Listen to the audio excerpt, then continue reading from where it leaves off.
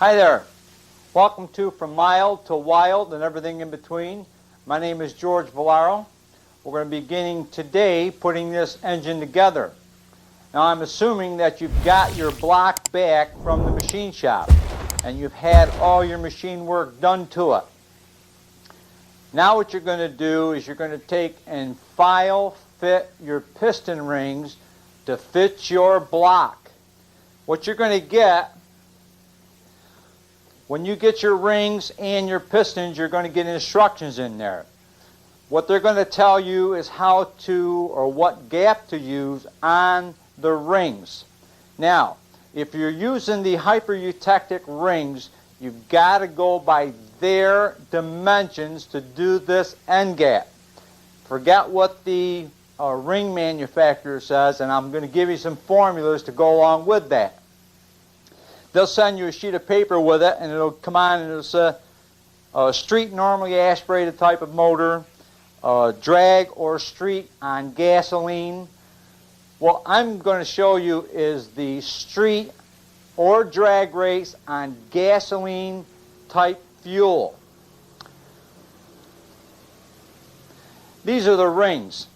You've got 3 sets of rings as I showed you earlier. What we're going to do is when this ring is put in the cylinder, you want us to be able to put a feeler gauge between here, and we're looking for a number of 30 thousandths end gap on the top ring. So what you'll do is, let me slide this ring in the cylinder here.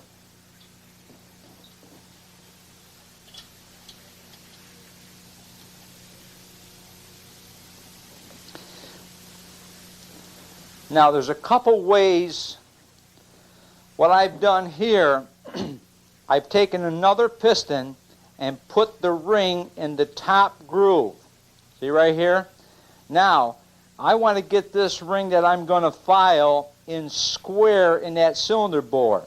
So if I just push that piston up against that ring, just like that, this ring now is at a 90-degree angle with that cylinder bore. You can also take, with some kind of a measuring device, this is a set of calipers here, and extend the end and come down in 5 or 6 places here, pushing that ring to get it into the top location.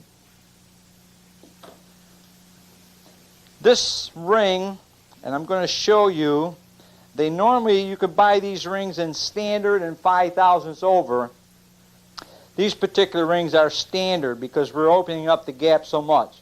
But I'm going to take and show you, I've got a 26, a 28, and a 30 thousandths feeler gauge. I'm going to put it right down in that slot. Now, that 26 is too loose. I'm going to put the 28 in. The 28, just right. But we're looking for 30.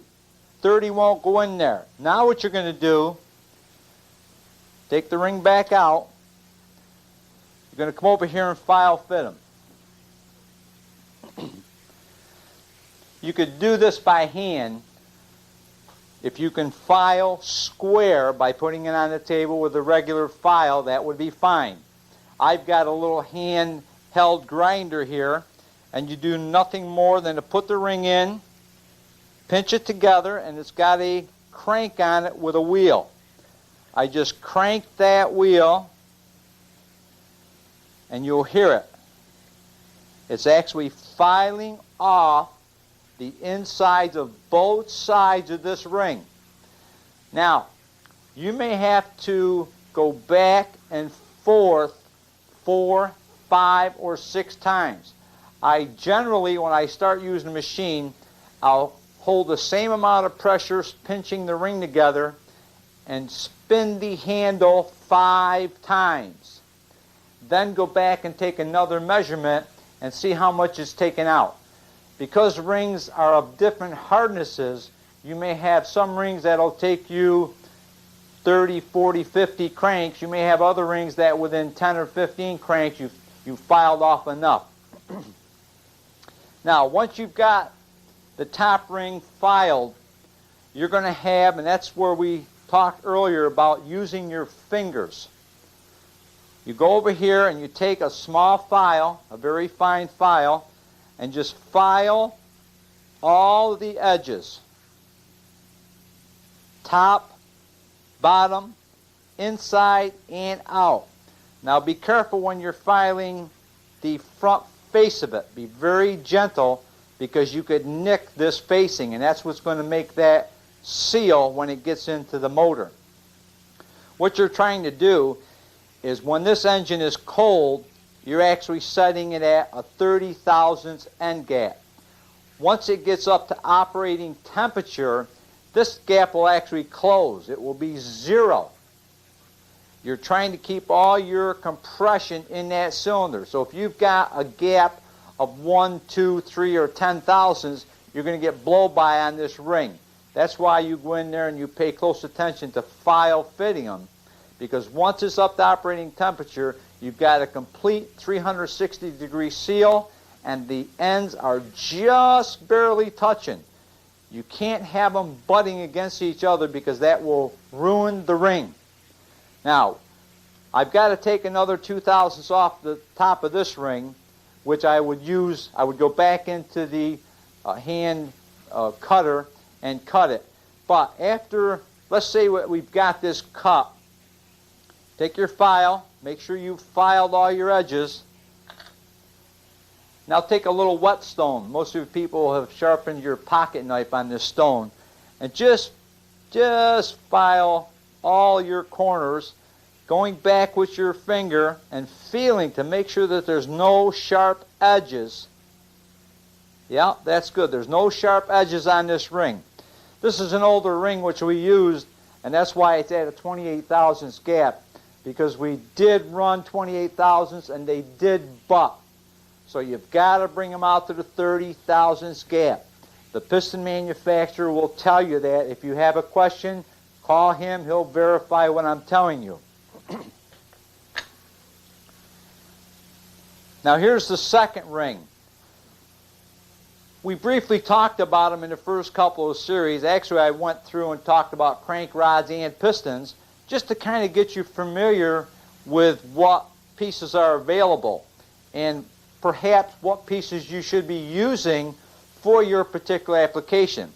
Now, this is that 2-part ring that I had referred to where this is shaped in an L shape. The second ring actually goes right together with this one. So instead of having 2 openings, you put them 180 apart where the gap is opposite each other. Now it's what they call a total seal ring. There's no end gap for the gases to escape down through. That's why we use this particular kind of ring. You do the same thing to the second ring as far as file fitting. The only difference is you can use the manufacturer's recommended end gap. This ring is much further down in the cylinder bore, and it doesn't get subjected to the heat like the top one does. So what you're going to do, and there's that formula again. You would take 0.003, multiply it by the bore of your engine. This particular engine that we work with are a 4-inch 0.030 cylinder bore. So when you multiply that out, it comes out to roughly 0.129. You would round it off, so you're looking at a 13 thousandths end gap on the second ring versus a 30 thousandths end gap on the top ring.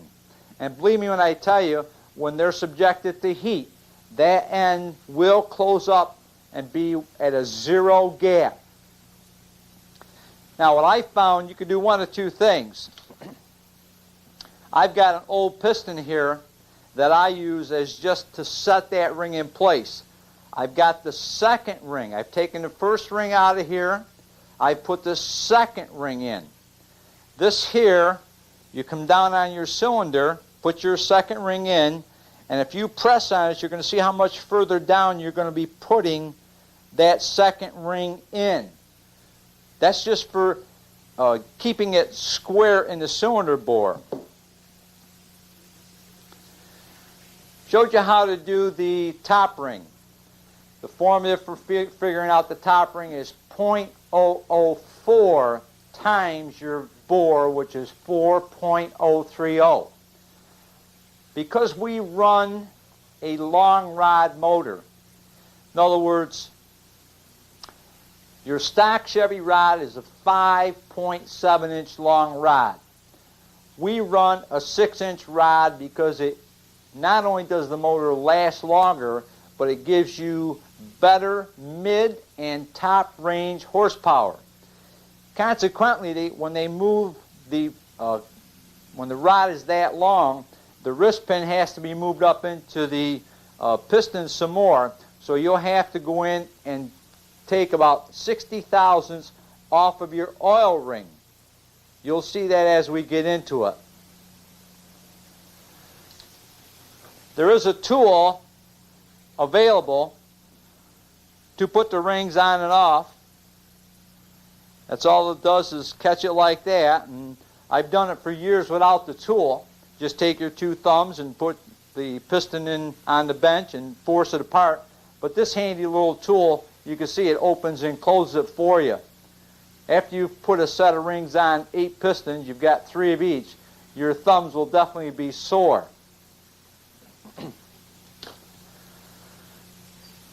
Okay, now that you've got your rings file fitted for all the cylinders, what I want you to do, and we've already done this, I want you to thoroughly wash this block out, because now is the time to get any metal filings or dirt or anything that you may have got in there while you were file fitting your rings, because you're going to have dirt from the stones, from the rings on your hands. So now you go through and make sure you wash that block out one more time. Now we're going to go ahead and show you how to put the crankshaft in. Okay, you've got your block all cleaned up. You've dried it off real good with some air and some towels. You've put a little bit of lubricant on so it doesn't rust on you. Now what we're going to do is we're going to put in the oil filter. What you do in this sets down in the block right here. This particular one, I may have not mentioned it, there's what they call a bypass system in here. There's normally a spring-loaded valve in here that when your filter gets plugged, it automatically bypasses your filter. For summer applications or race applications, I block this off. But if you're going to run this engine in the wintertime, you've definitely got to have the spring back in there. That's all you do. Put a drop of Loctite on your bolts.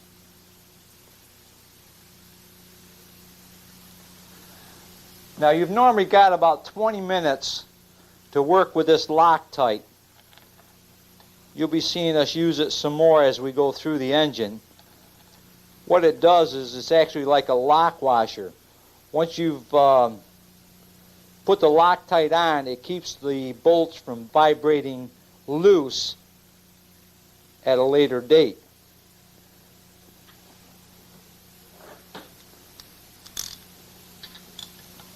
That's all you want to do is go back and forth a little bit, wrist tight. You're only looking for between 15 to 18 feet-pounds of pressure will hold them adequately. Put the cap back on your Loctite.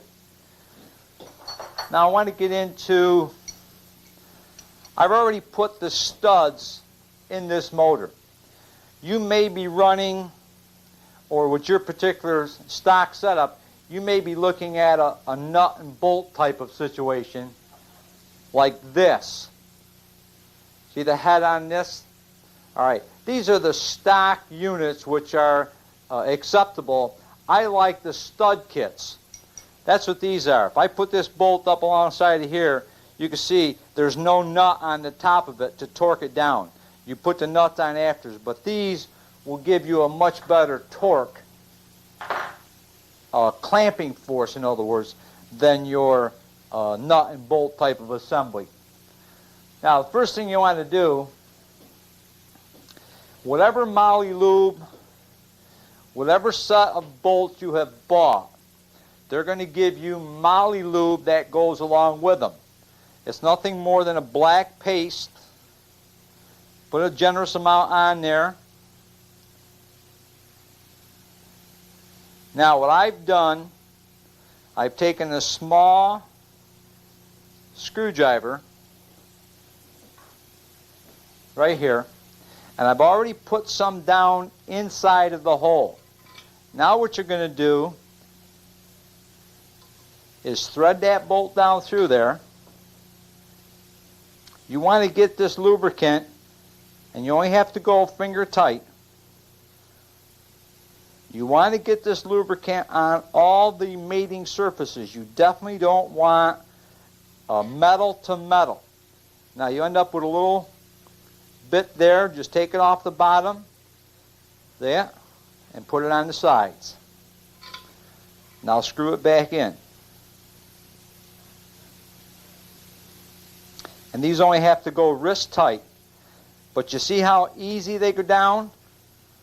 That's what I was telling you earlier about making sure that you clean out all your bolt holes. That was why we used the taps. You can feel these bolts as you're putting them down in. There's no restriction at all. So when you start to torque them, you're not going to have any obstructions there, which is going to give you a false reading on your torque wrench. We've got the Moly Lube down inside on both sides of the threads. Now you're going to put some on the top. And I haven't found a better way other than your finger to put it in. And just keep, like you're going to pack it. Just keep packing it in. It's kind of messy.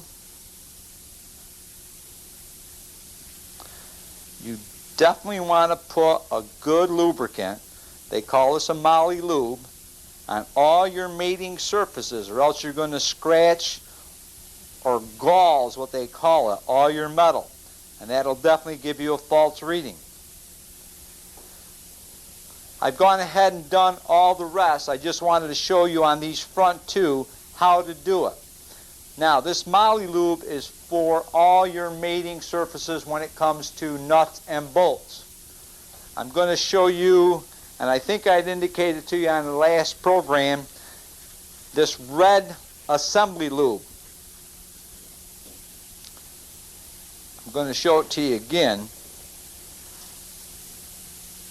What I had is the lube that I was using. This here will stay here. The lube that I was using before, we didn't get to put the crankshaft in after the first program. We ran out of time. So consequently, the motor sat here for a week, and when I kept looking over at it, the assembly lube was actually dripping off. It wasn't staying on the surfaces the way I wanted it to. So I went to a different manufacturer. You can see this is actually a strawberry jelly. Wherever I put it, it's going to stay. I actually coated the main caps, which I'll show you in a moment, over a week ago, and it still has not run off of the main caps.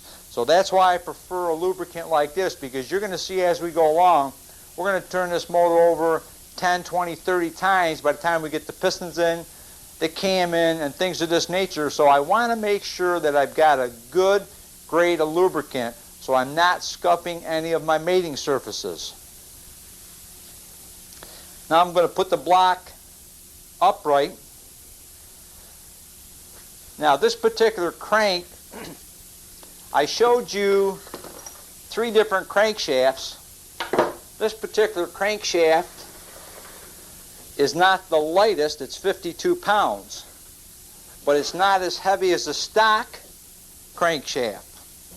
Now you want to do this very carefully because you've got your stud sticking up, so you want to drop it down so you're not hitting the studs that are sticking up.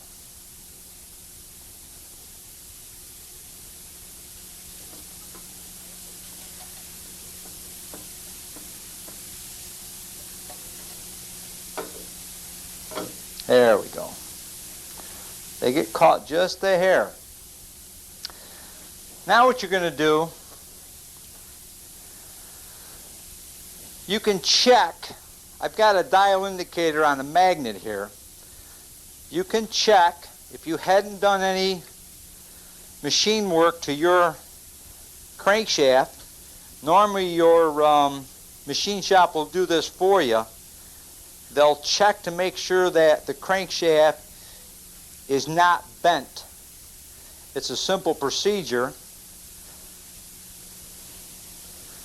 You just take this dial indicator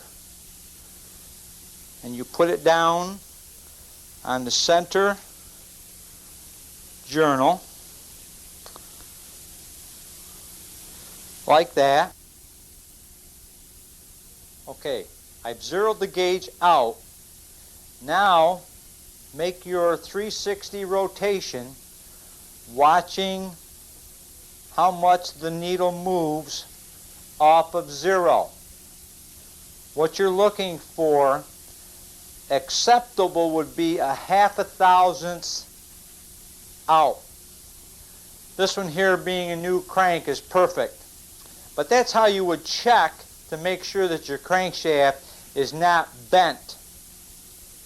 Now, you're going to need this dial indicator one more time. I'm going to fasten it to the front of the block because as we go along we're going to want to check the end play of this crankshaft.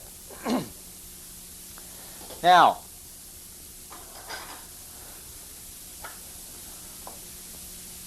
when you took your main caps off, you should have numbered them with that number stamp. What you've got is each one of these main caps only goes on in one location. You can't mix these up. If you do, your machine shop can find out what location they go in. But the easiest way to do them is to either number stamp them, 1, 2, 3, 4, or actually put 4 punch marks in them. That's acceptable also.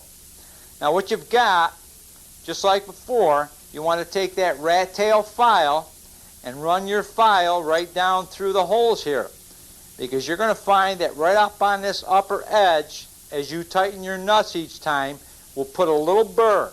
So you're going to go ahead and file, and you'll feel it with the file. There's no catching here because we've already done it. But you would feel a rough edge. You file it just to get rid of that rough edge.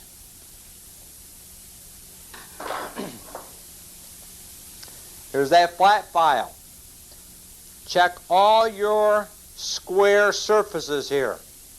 What you want to do is take that flat file, feel it with your finger. If you don't feel any rough edges, it's fine. If you do, take a file and just very lightly pass it over there until you can't feel the rough edge.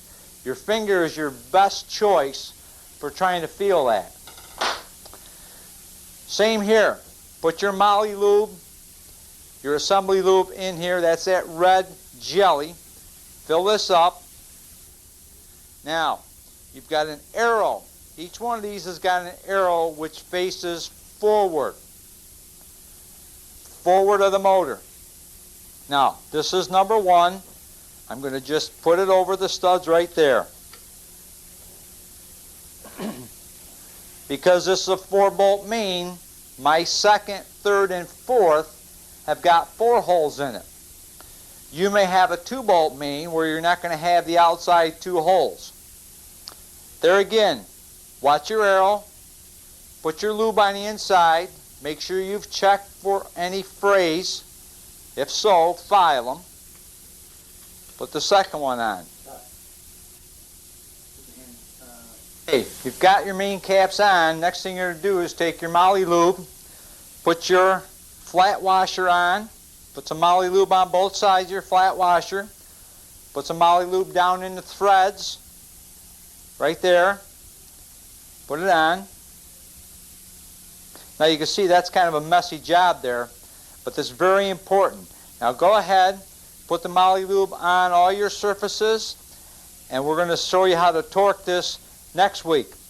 Now, before I go, we've given you a lot of information today. I hope you're taping it, because this is some good information that you may not use today, but you can use tomorrow, or you can give it to your father to use. Now, before I go, do you remember what my motto was? That's right. Do drags, not drugs, and I'll see you at the racetrack.